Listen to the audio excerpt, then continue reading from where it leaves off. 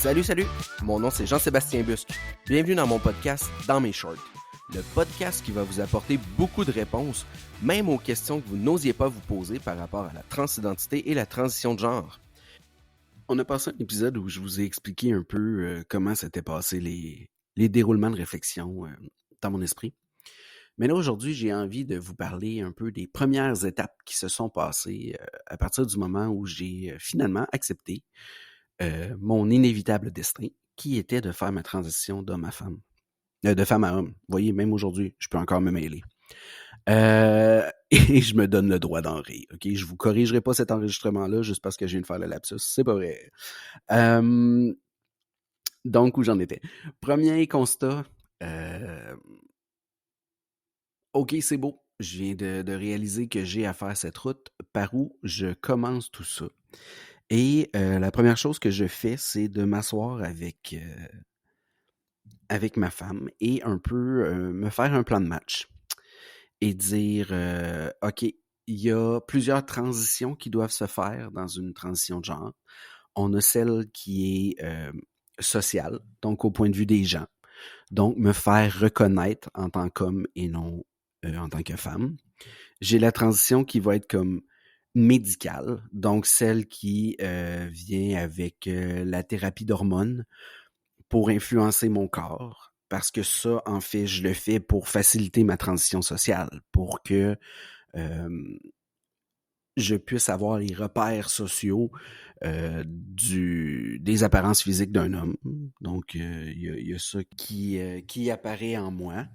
Et par la suite, il y a comme ce que je vais appeler la transition émotionnelle. Donc, la transition avec moi-même. La transition avec la façon dont j'agis, je suis, je réagis, je m'auto-régule. Et ça va me faire plaisir de vous en parler un peu de ça aussi à travers. Mais bon, je suis avec ma femme et je me fais un plan et je dis...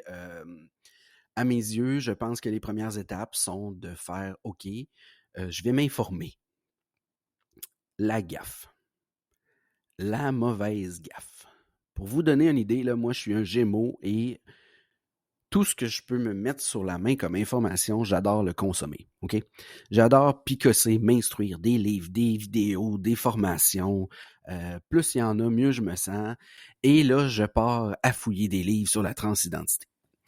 À écouter des vidéos sur le web. Et les premières choses que je croise, ce sont toutes les opérations nécessaires pour transformer mon corps. Donc, on va s'entendre ici, là, je vais vous parler un petit peu chirurgie premier niveau, là, mais pour me rendre dans un corps d'homme, mais je vais avoir à faire enlever mes seins. Donc, on parle d'une mastectomie.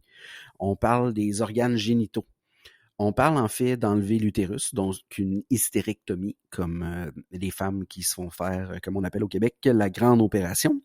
Mais dans le fond, après ça, il va y avoir aussi la partie de choisir d'enlever ou non mes parties génitales féminines et de les remplacer par des parties génitales masculines.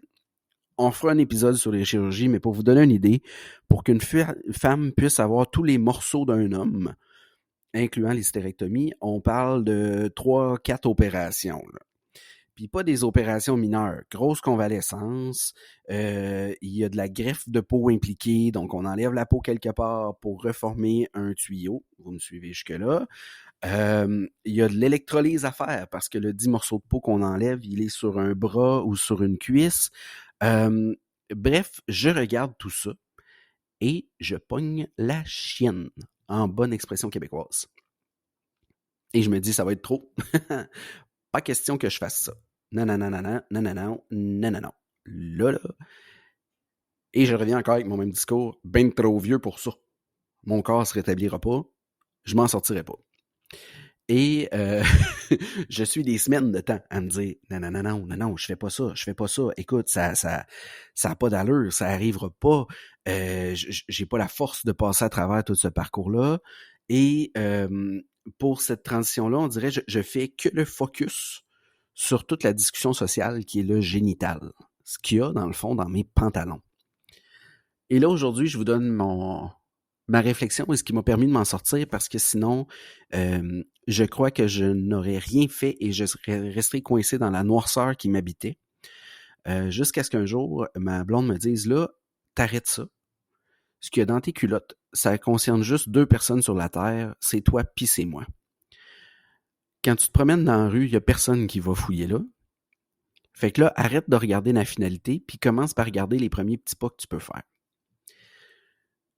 Bon, je vais être honnête, là, j'ai passé 4-5 jours à l'ostiner puis pas la croire, mais ultimement, elle m'a permis de voir que ça me donnait rien de regarder la finalité d'une transition avant même d'avoir expérimenté les premières étapes puis m'être informé des premières étapes. Donc, une fois la panique un peu enlevée de regarder ce qu'il allait avoir dans mes pantalons, j'en suis revenu à dire, OK, on va aller voir. Les premières étapes, c'est de m'assurer que je suis bien avec ce choix-là et que je veux le faire. Donc, j'ai tendu la perche pour avoir de l'aide de la part d'une psychologue qui m'aide. Parce que non, contrairement à tout ce que vous entendez dans les journaux, c'est pas vrai que juste avoir les hormones sur un coin de table, c'est si facile que ça. La vraie réponse, c'est que ça prend un suivi, ça prend des formulaires et il y a des organismes qui régissent avec l'ordre des professionnels une vraie évaluation qu'il y a en moi une détresse causée par le fait que j'habite dans le mauvais corps. Et c'est totalement prouvé. Il y a une détresse en moi, il y a une détresse psychologique qui m'habite parce qu'il y a une incongruence, et je vais dire le vrai terme, là.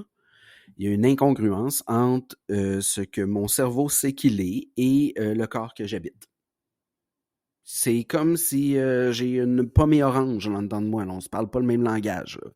On n'est pas au même niveau. Les attentes ne sont pas là. Le ressenti n'est pas là. Ça ne fonctionne pas. Donc, j'ai des discussions avec cette psychologue-là pour comprendre à quel point ces malaises-là sont en moi. Ils sont en moi à quelle échelle, à quelle ampleur, et ils sont là depuis combien de temps. Et là, je me rappelle plein de situations de jeunesse où, aussi jeune que je me souvienne, là, je vais dire 7-8 ans, je détestais porter des robes. Mais pas juste pas être bien dans des robes, là. Je me souviens d'une époque où j'étais dans une robe, puis j'aurais pu y mettre feu, tellement j'étais pas bien dedans. J'y aurais mis feu. Et là, comble d'une vie, ma mère était une fanatique des robes. Fait que si vous regardez mes photos d'enfance, je ne porte que des robes. Jusqu'à cette époque-là où je commence à définitivement beaucoup trop m'ostiner avec elle pour arrêter de mettre des robes. Et je me rappelle des périodes de jeunesse où je détestais donc ben porter autre chose que ma casquette de hockey. Où, oui, j'étais tomboy, j'ai toujours été une apparence plus masculine, les intérêts, à 3-4 ans, je me rappelle des époques où j'aimais le hockey, j'aimais les choses masculines d'attirance normale et je me rappelle que ce malaise-là, il est en moi dans le fond, depuis aussi loin que je me souvienne. Et c'est tous ces choses-là que j'ai la chance de discuter avec une psychologue, d'avoir une perspective sur ma vie. Elle m'aide aussi à faire le tour de savoir le soutien que j'ai. Parce qu'on va s'entendre, là, faire cette transition-là, quand on n'a pas le soutien de notre entourage, c'est extrêmement difficile. Donc, elle me permet de porter un regard sur ma femme, sur mes amis, sur ma vie, sur mon emploi, mes employeurs, mon entourage, et de s'assurer de m'aider à voir qu'est-ce que j'ai pour m'aider et me soutenir tout autour de moi. Et ça m'aide à prendre une belle distance et une belle perspective sur ce qui m'attend et de pouvoir commencer à discuter avec cette personne des traitements médicaux que j'ai à aller chercher. Parce que oui, avant d'aller chercher les fameuses hormones, je dois avoir une référence de ce psychologue-là. Fait que ce sont les premières étapes que je me permets de vivre, que je me permets de me... c'est pas questionner à ce stade-ci, mais c'est vraiment de prendre comme un regard sur l'ensemble de ma vie. À ce moment-là, je réalise vraiment l'ampleur que depuis toujours, dans le fond, j'aurais aimé ça être dans le corps d'un homme, dans le corps d'un gars. Qu'il y a tellement d'époques où je me suis privé d'être ce que je voulais être vraiment parce que j'étais pris dans le mauvais corps. J'étais pris dans quelque chose que j'aimais pas, qui me rend mal à l'aise, dans lequel je suis pas bien.